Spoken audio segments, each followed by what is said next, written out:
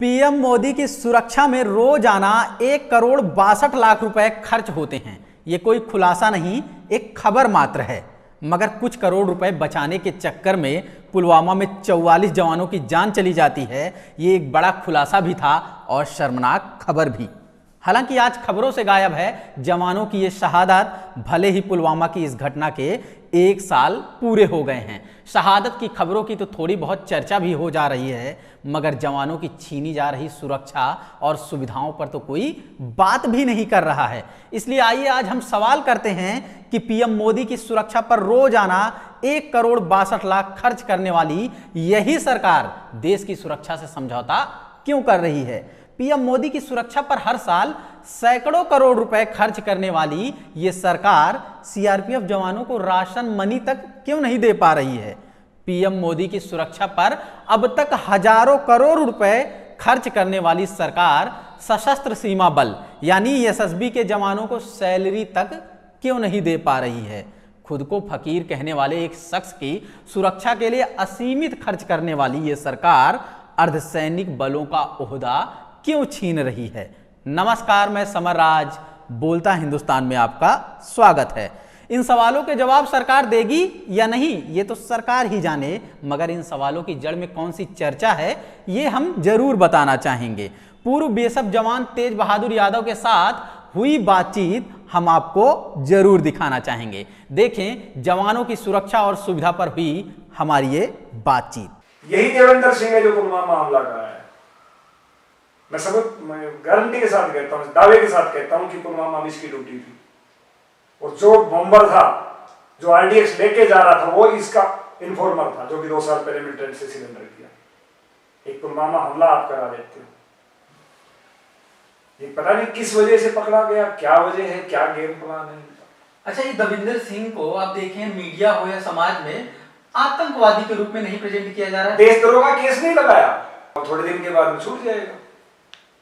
अच्छा, मतलब इतने गंभीर मामले के बाद भी छूटने की गुंजाइश है? हाँ, बिल्कुल छूट जाएगा। बहुत से केसेस ऐसे। हाल ही में खबर आई है कि एसएसबी में जवानों को देने के लिए सैलरी नहीं है। सोचिए कितना गंभीर मामला है।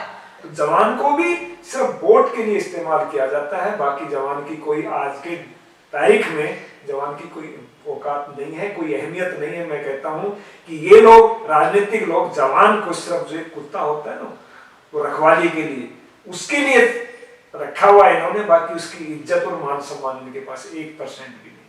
तो जो इतना दिखाया बताया जाता है, इस आपके सामने दिखाया जाता है, तभी क्यों पेपरों में आ रहा है कि जवानों को देने के लिए पैसा नहीं है। आप उनकी पेंशन उनको नहीं दे रहे, शहीद का दर्जा नहीं दे रहे। आप जब भी बैठते हो कभी भी आप अपनी तनख्वाह बढ़ा लेते हो, सारी सुविधाएं बढ़ा लेते हो, सब कुछ ले लेते हो, जबकि जो आपकी जान की सुरक्षा कर रहा है उसकी आपको कोई चिंता नहीं। संसद के अंदर बिल आता है, सांसदों की तनख्वाह अपनी मर्जी से बैठ के बढ़ा लेते हैं, पेंशन की सुविधा है, सारी सुविधाएं हैं, लेकिन जवान के बारे में आज तक किसी ने भी सोचा हो? बताओ कभी भी? क्या अलग अलग सेनाओं टुकड़ियों इन सब पे अव्यवस्था में जीना होता है क्या? देखिए, अभी जैसे आपने चर्चा की कि खबर आई है, तो मैं आपका ध्यान पिछले 6 महीने पहले ले जाता हूँ।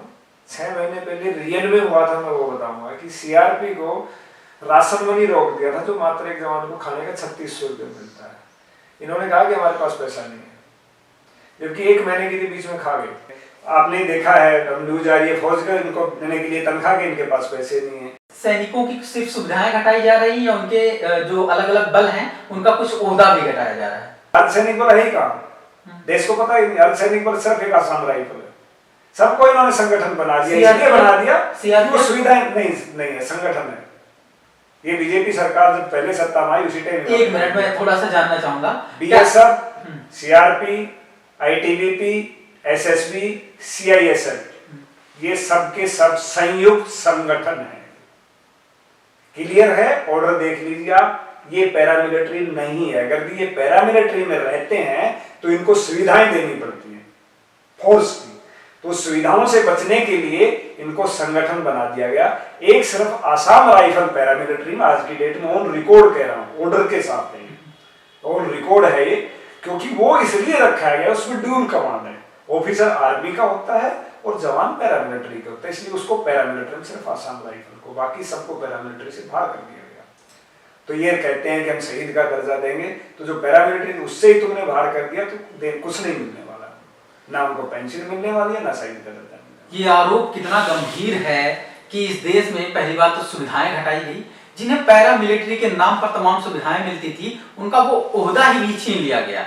सोचिए कि जब राष्ट्रवाद की राजनीति की जा रही हो, सोचिए कि जब सेना के नाम पर लोगों को भावुक किया जा रहा हो, तब सिर्फ इसलिए उनके पोस्ट को, उनके ओहदे को भी कम कर देना, उनको पहचानने, एक संगठन के रूप में ही पहचानना कि सरकार को सुविधाएं न देनी पड़ी, कितनी घातक हैं और लोगों की भावनाओं के साथ कितना खिलवाड़ है।